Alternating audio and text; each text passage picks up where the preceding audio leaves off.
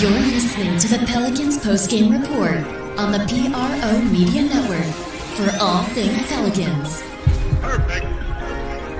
Fly Pelican, fly Pelican, fly Pelican. And I tell them that. Birds of a feather flock together. Fly down, I'm a Pelican forever. Pelican forever. Ain't gon' lie, I feel flyer than I ever been. We stay ballin', this New Orleans, I'm a Pelican. It's going down in the nest, wild, wild west. Come in town and you best, show us some respect. 3-point threat, I better make it rain. If it's up, then don't jump stupid like your ankle sprain. Always said, never hate the player, hate the game. Jumper where the dame late, punch a train. Post game, big Q, talking about business. Bird gang, YouTube, they ain't flocking with us. Lock up the division mission, get into the finals. Finish competition, then it's going win the title. I know this flyer than you can get. Such a threat that the ref just might call a tag. You could double, you could press, but you can't check. Right, left, slide by you like a Eurostep. Fly Pelican, fly Pelican, fly Pelican. And I tell them that birds of a feather flock together. Fly down, I'm a Pelican forever, Pelican forever. And never, and never, and never, and never, and never, and never say birds of a feather flock together. Yeah, fly down, I'm a Pelican forever, Pelican forever. Yeah, it's just something that we've needed to improve on all year. It's our ability to finish those possessions. I talked about it earlier here in the press conference, but it's a mindset, a physical toughness mindset. And it's something that we just got to continue to work on. That a lot of good in the game, a lot of positives to take out of this game. That's the area of growth for us.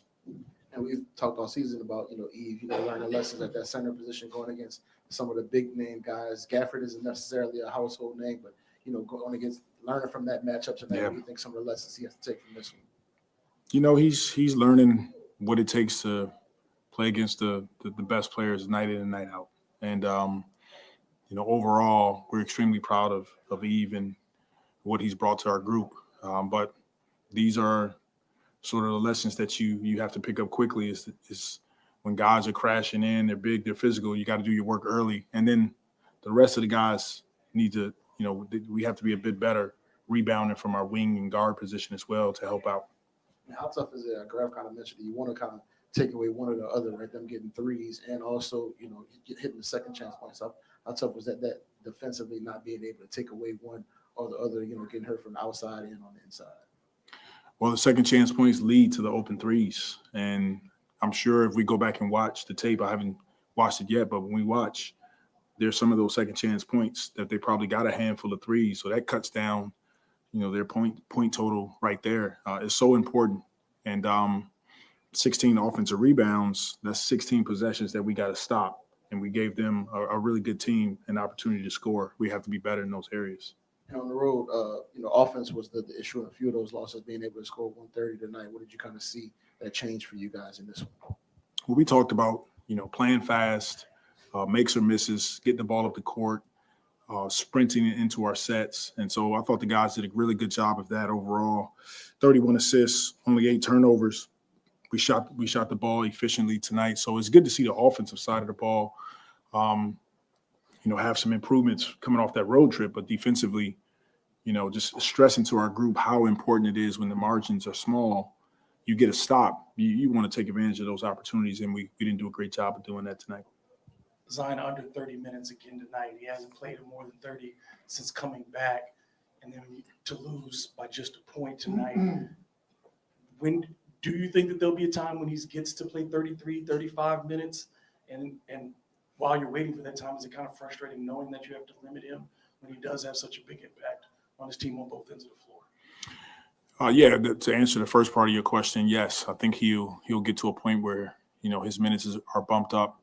But I'm much more big picture than just looking at the right now. And the right now is, he's just getting back and he's had, a couple incidences with his hamstring. And so we have to be really diligent about how we incorporate him back into this group. So big picture, we want to make sure we progress him at the right speed, and I think they're doing that. Where the ambulance? Why the man body still right there? Supposed to be laying there. Call the damn ambulance. Wake to his opponent seemingly almost every night.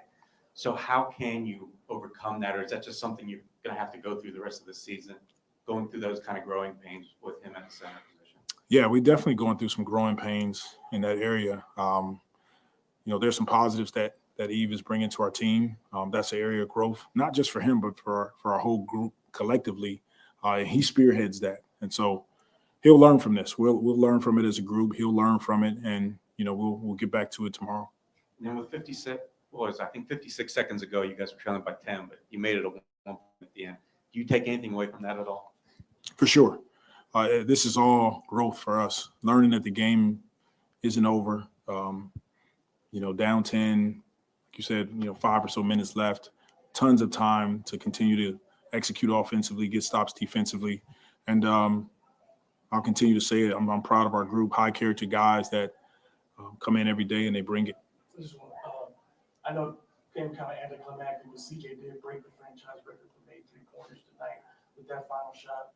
You talked about it a little bit before the game, but to see him after he's had a couple of games of struggling with his shot to get going tonight, how good was that? And get his place amongst the greats in this franchise. CJ is it's a blessing to have a guy like CJ, a part of our group, a part of our organization, and I'm extremely proud. I can speak for everybody with him breaking a record tonight, and he's going to continue to excel and because of his professionalism and the way he approaches the game, and we wouldn't be in this position in terms of moving our program in the right direction without CJ. Well, we hadn't asked you about Trey, but he was 13 to 17. Just what do you say about the way he played? Yeah, aggressive. And, especially with Zion on the floor, those two guys have really good synergy. But he's taken another step forward this season. And, we still got a ton of games left for him to just continue to grow. So extremely happy with his play on the floor tonight. And now that he does have 5-6 games under his belt since he's come back, what's kind of stood out to you about the minutes he's played, things he's doing well, things he's improved on, stuff like that? His efficiency when he steps on the floor, it's incredible. For Z to have missed the time that he's missed, and he steps on the floor right away. He gets to it in a hurry. So glad to have him back. Glad to see him looking like primetime Z, and we want him to continue to play like that. Okay, thank you. All right, big ups to the fam. For all things Pelicans, you're now tuned to the Pelican postgame report. Much love to the flock. Willie Green, man, always talking. He's a proud man. Willie Green's always a proud guy, isn't he, family? That's one thing we know about Willie Green. He's going to be proud about the performance, whether they win, lose, or draw. He's going to be proud. Sometimes he gets mad, gets ejected. Sometimes, depending on whatever game it is, he gets upset and and does his Willie Green thing. He becomes Deacon Willie again, regains some of his faith. But in this one, the Pelicans, man, another game that the Pelicans should have won, family. Pelicans fall short 137 and 136, heartbreaker to the Mavs. This is one we should have had, man. This is the one we should have had this game. And like I said, man, it's a bunch of stuff going on in this game.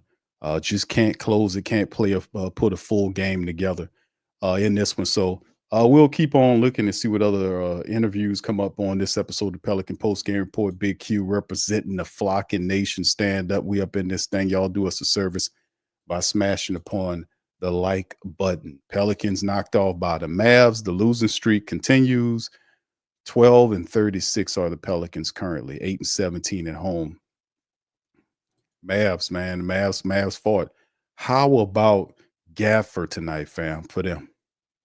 Now, I don't know for our old-timey listeners that have been listening to the show for years, man, I've been talking about how Gafford is something else. But, man, when you have a guy that doesn't even score like that, this guy had 22 points tonight and 12 boards. And he's just one of the meanest dunks I've seen all year. He just crammed it on Yves. He had like several plays where he was flexing out there. And I'm like, who the hell?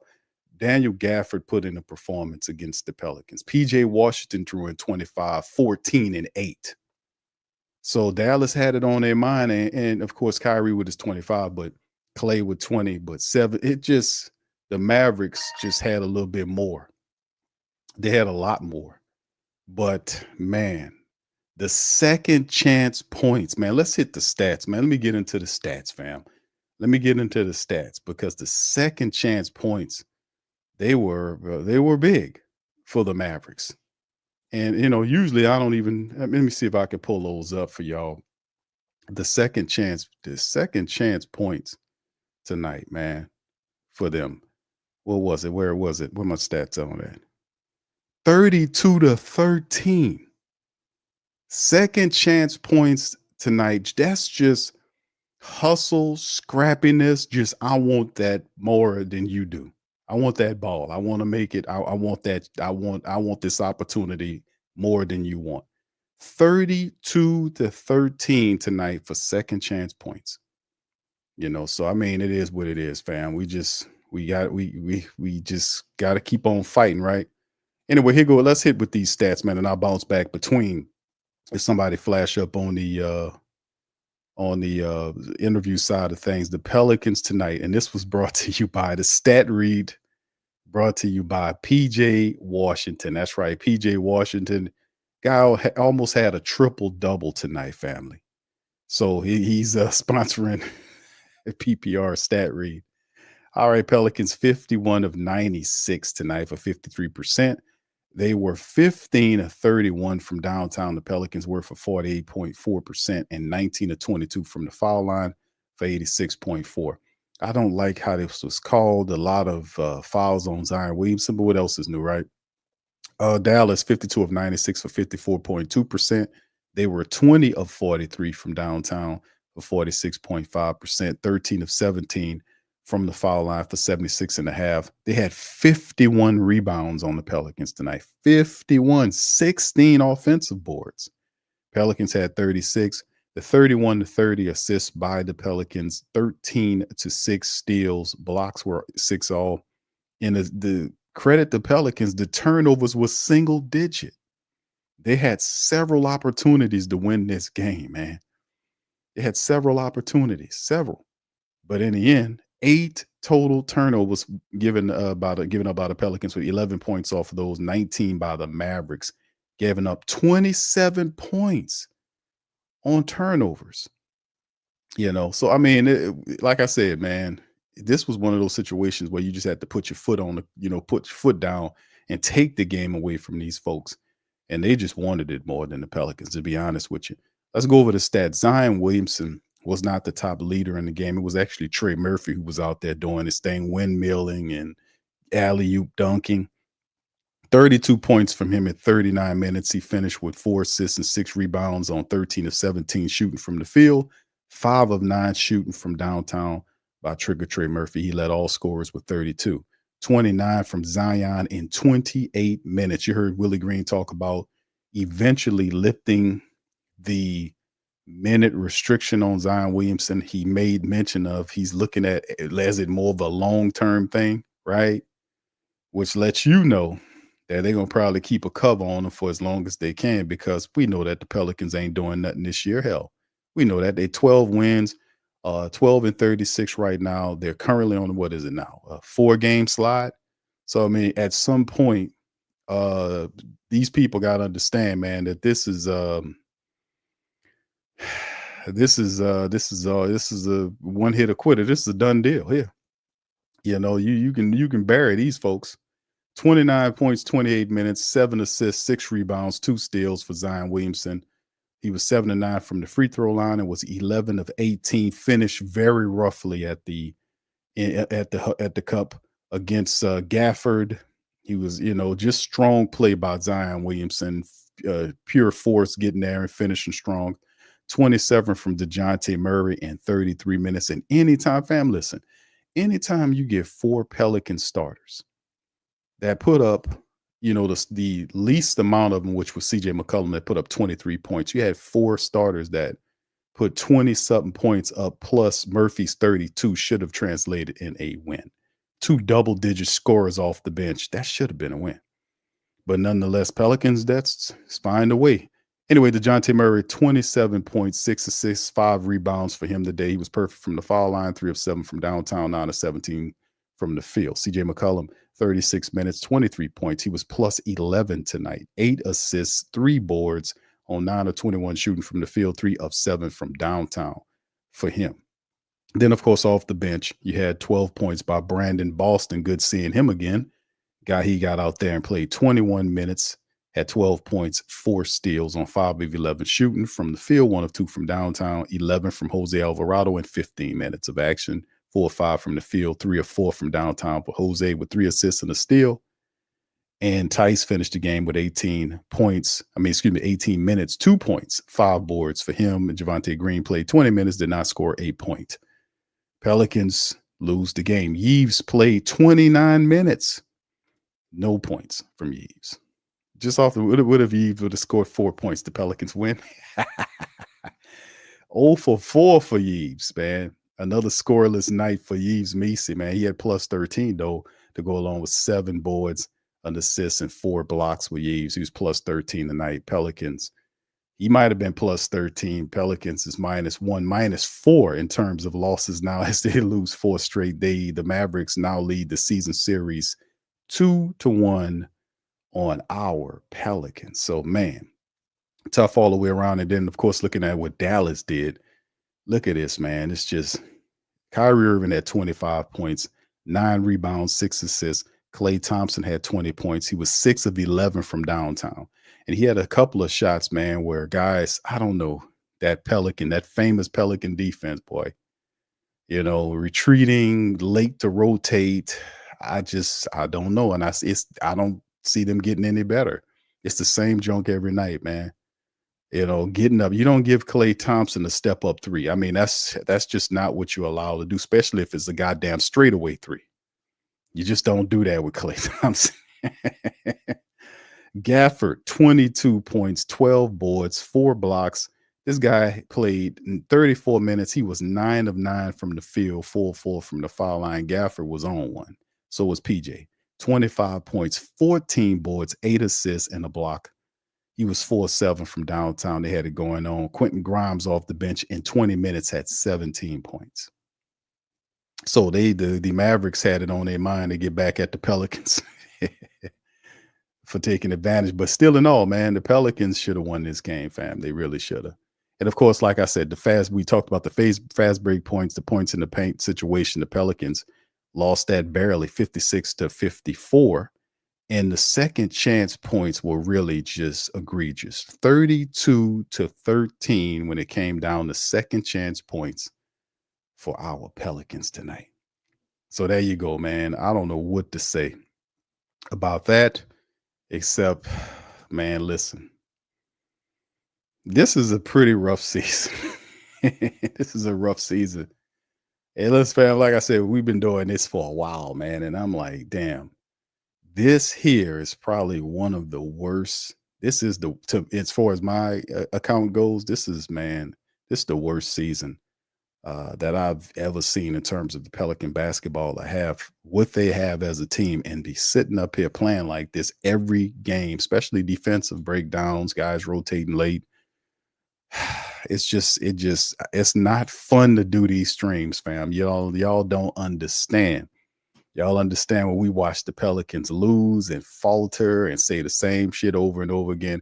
These are not easy shows to do. They're really not, man.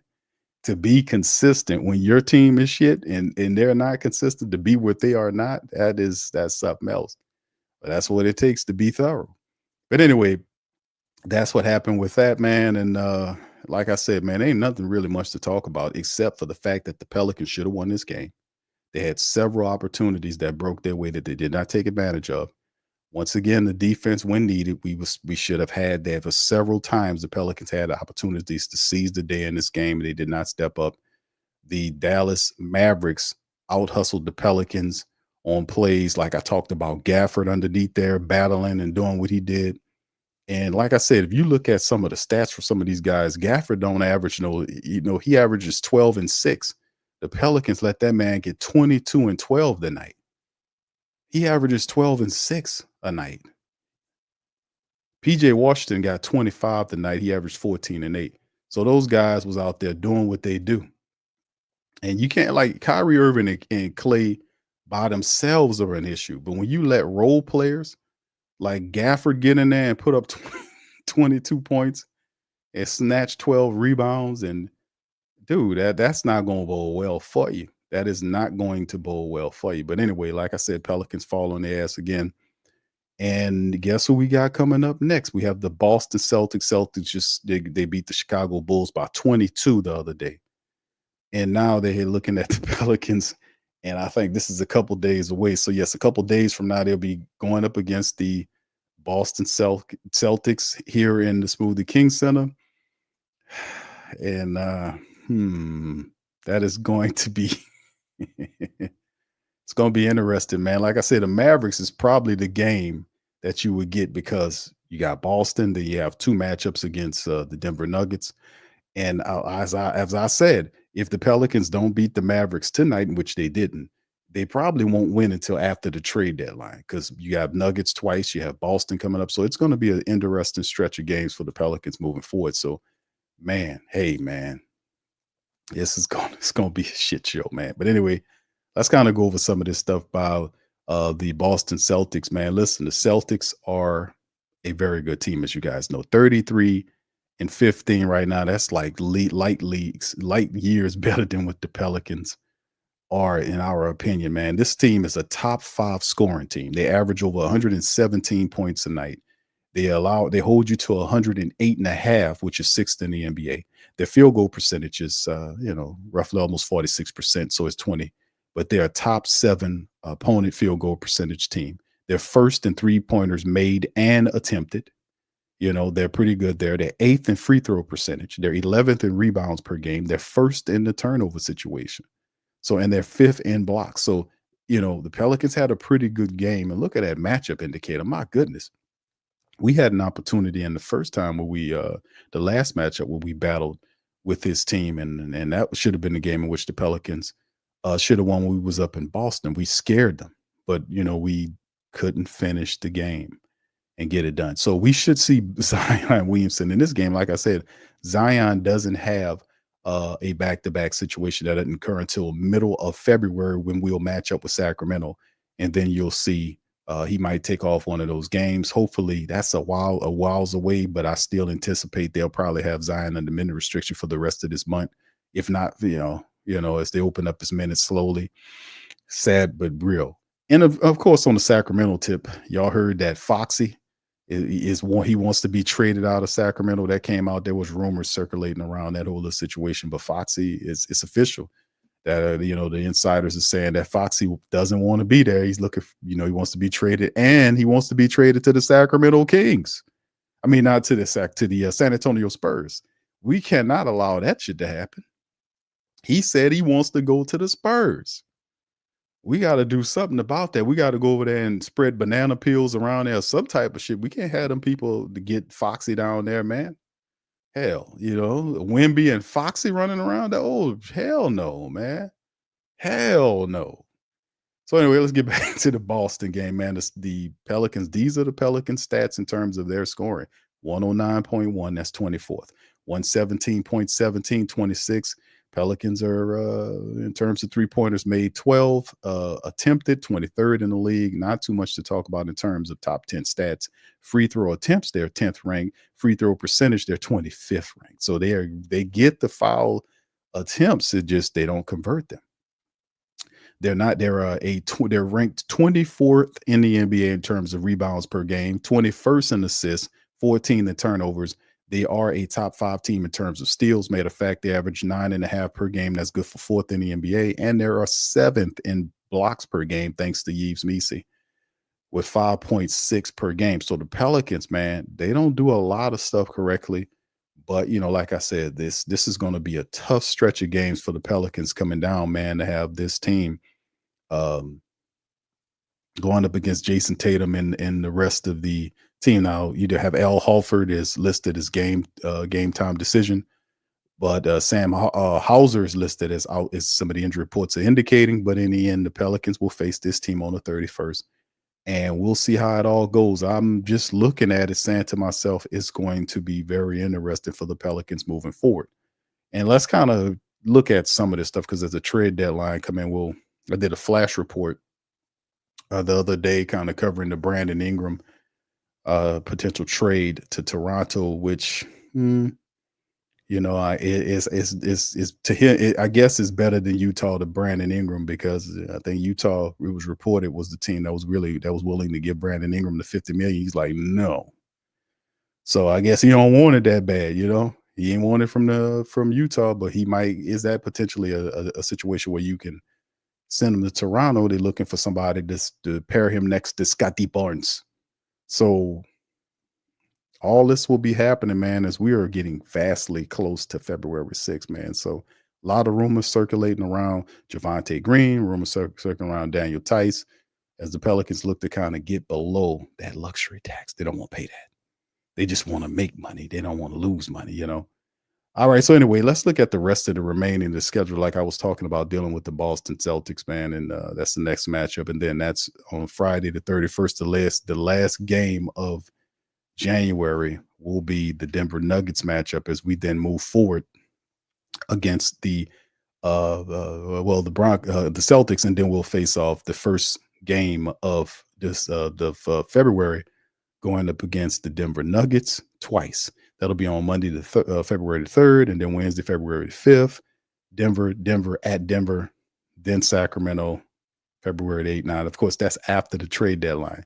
So we got 3 games before the trade deadline for things change, fam. Let's just break it down from a game standpoint before the Pelicans have to then proceed to move some type of asset. Now, I'm not anticipating a lot of stuff to go on during the trade deadline, and we'll face that when we get to it.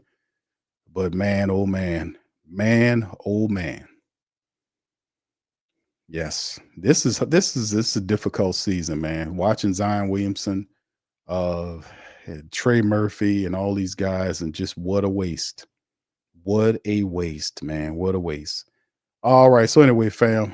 Yeah, ain't nothing. Yeah, Lexxah say ain't nothing happened. They're gonna probably do something simple, if not, because a lot of people thinking the Brandon Ingram. There was a stat, I think a tweet that I shared with you guys. This was several shows back, about the people that was actually traded, and none of them, I think, were more than $20 million.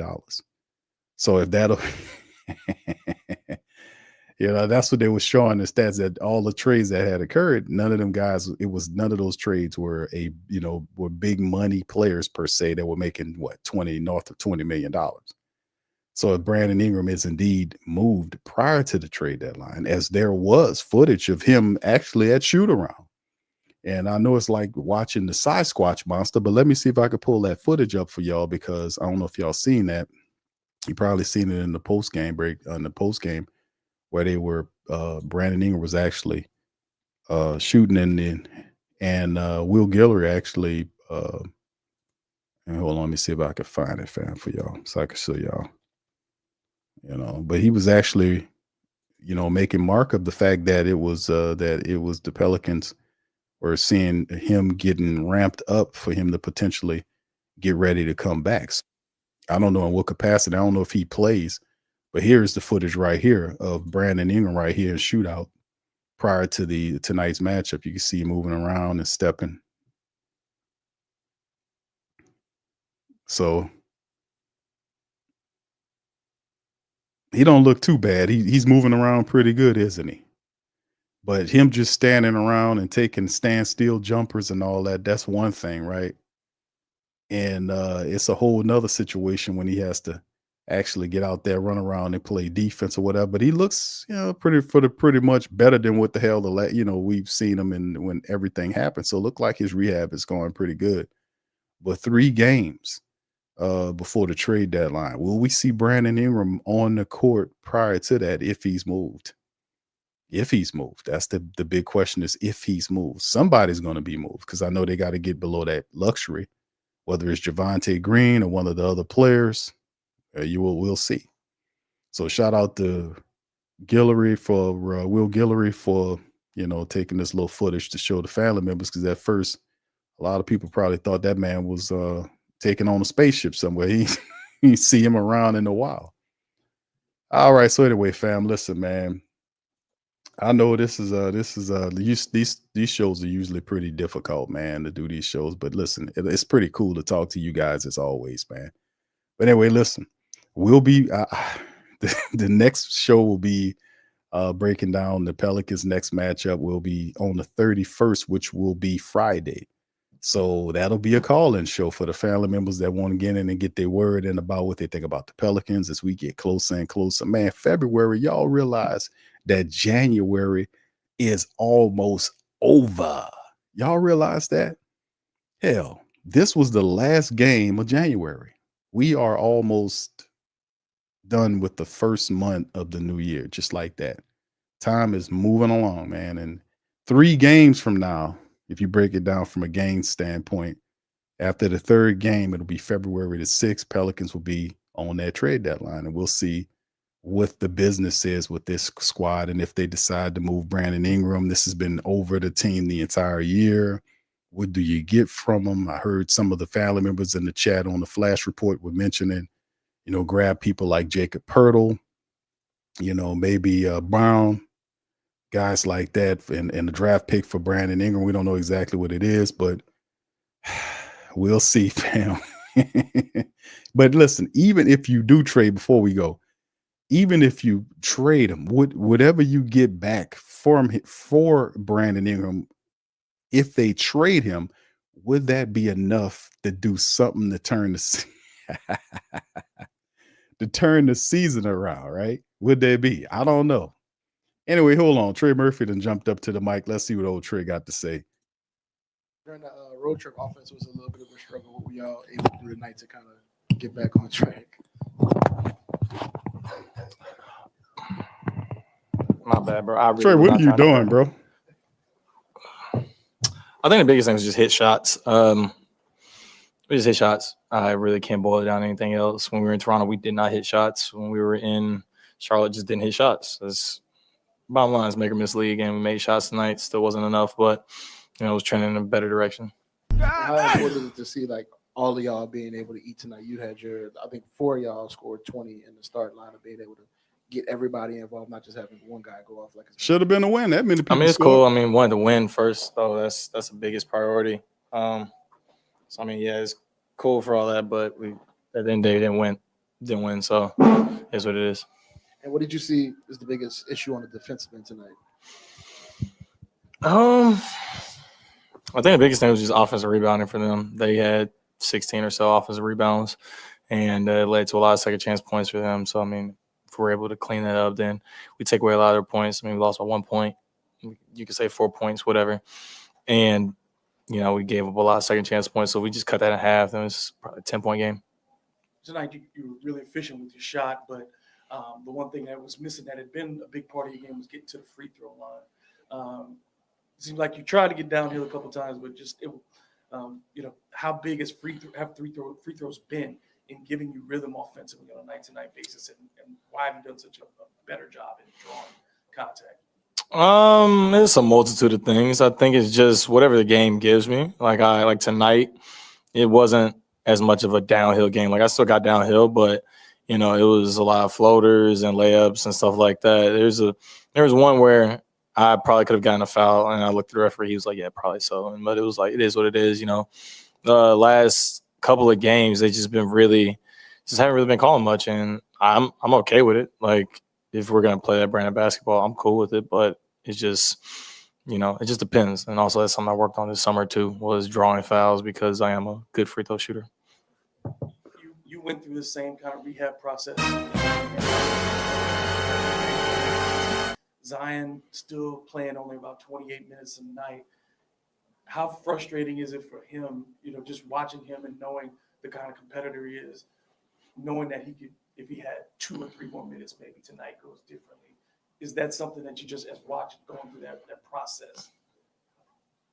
Yeah, it's tough, but at the end of the day, it's a long game too. You don't, sometimes you got to save players from themselves, because, they don't know once you're that man in that arena, you just lose yourself into the game, and you don't know when to save yourself. You might feel a little little like nagging things or two, but it's like I gotta win. I gotta figure out a way to win this game, and so you just gotta save players from themselves at times. And so I think the biggest thing is just health for him, just continuing to keep him healthy, and whatever that means for playing time wise. Facts. Hey, Trey, CJ broke the franchise 3-point record with that last 3. I don't know if you did it or not. I was told. How crazy is it that in such a short amount of time he got that record? And my follow-up is, how long are you going to keep the record? I think it's just testament to him. First of all, I'll say that he's a huge, statement for his game. Obviously, he was here. He's been here for going on 4 years, and this better not be who I think it is. Okay. It's been a testament to his game. He gives up a lot of threes. He hits a lot of threes at a really high rate, and it's beautiful to see. How many does he have? How many do I have?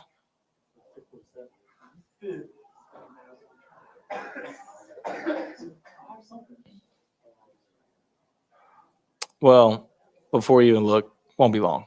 Won't be long. That's all I have to say. It won't be long.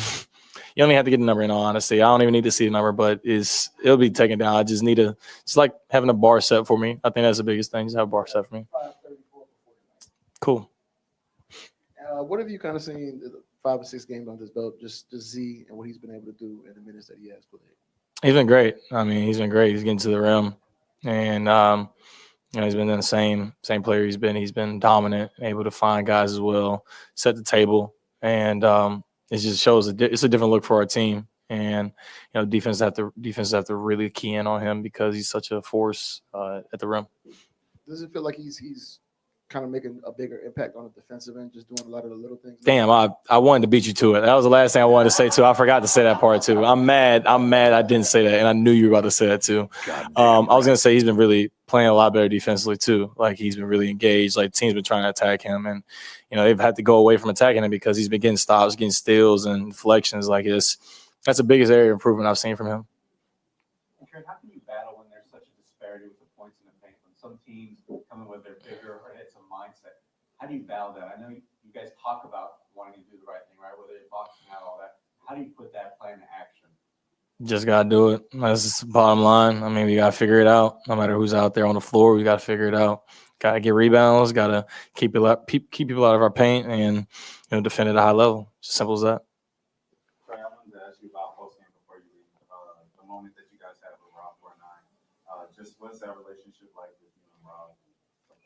It was actually crazy. My rookie year, there'd be times where he would be like, "Yo, I'm trying to come to the game," and I would give him tickets, and he'd be sitting right near my mom. And this was probably like around the time the Vulture Island came out. He'd be in the stands just like any other fan.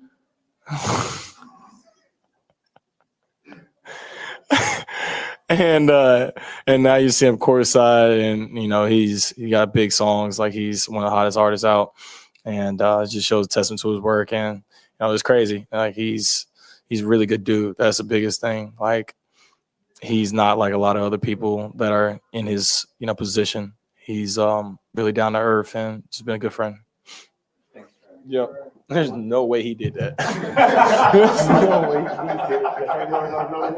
All right, Trey Murphy, man, in good spirits, man. And to be honest with you, that's one of the bright spots, to be honest with you, of the Pelican season, man. Yves me see the development of Trey Murphy, what we've seen him doing, his development, what he's doing. He's a guy that's showing that he got the big contract and he's ready to take the next step and is working his ass off, and you can see he's bearing fruit. So few bright spots in this season, man, to be honest with you, that we've been seeing outside of all of the losing that we've been experiencing.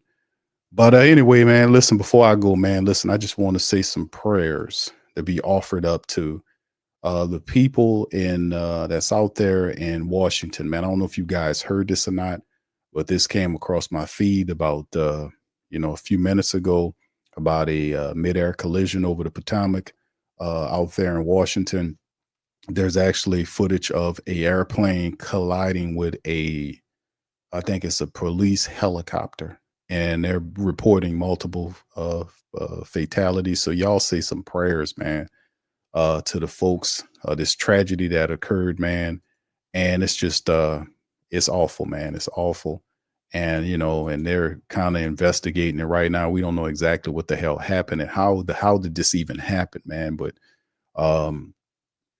prayers are offered to the families of it as the collision happened over the Potomac, and parts of the plane landed in the water, and they're looking for survivors, but they're reporting multiple fatalities. This is something that might be being reported right now, but very sad that you can hear. And you can see this right here.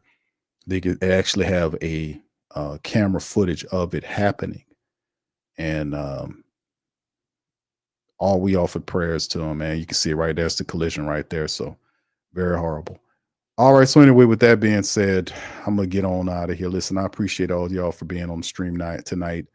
Y'all please feel free, as CJ gets there, we're going to leave him. We know what he's going to say.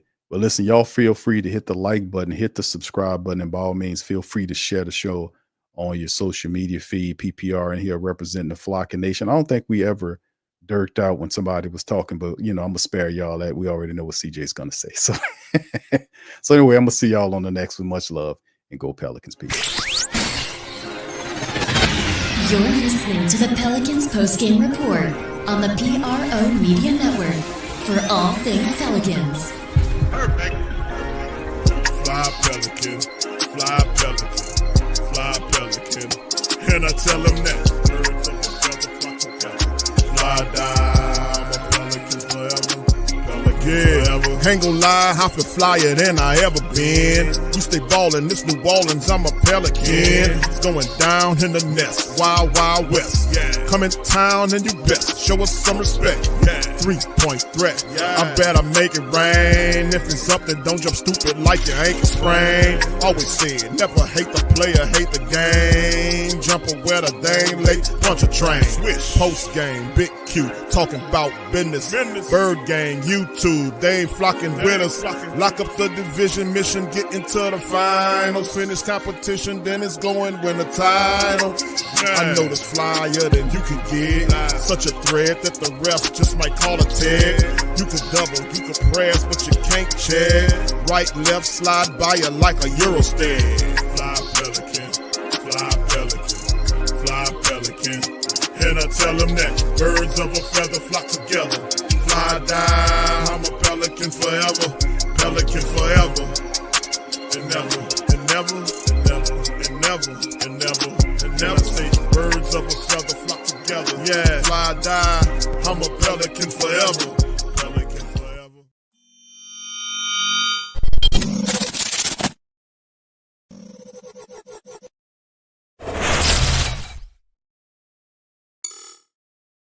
The WhoDatDaily.com. That's right, the WhoDatDaily.com. Your one-stop shop for everything New Orleans Saints, New Orleans Pelicans, LSU Tigers, even the top flight boxing.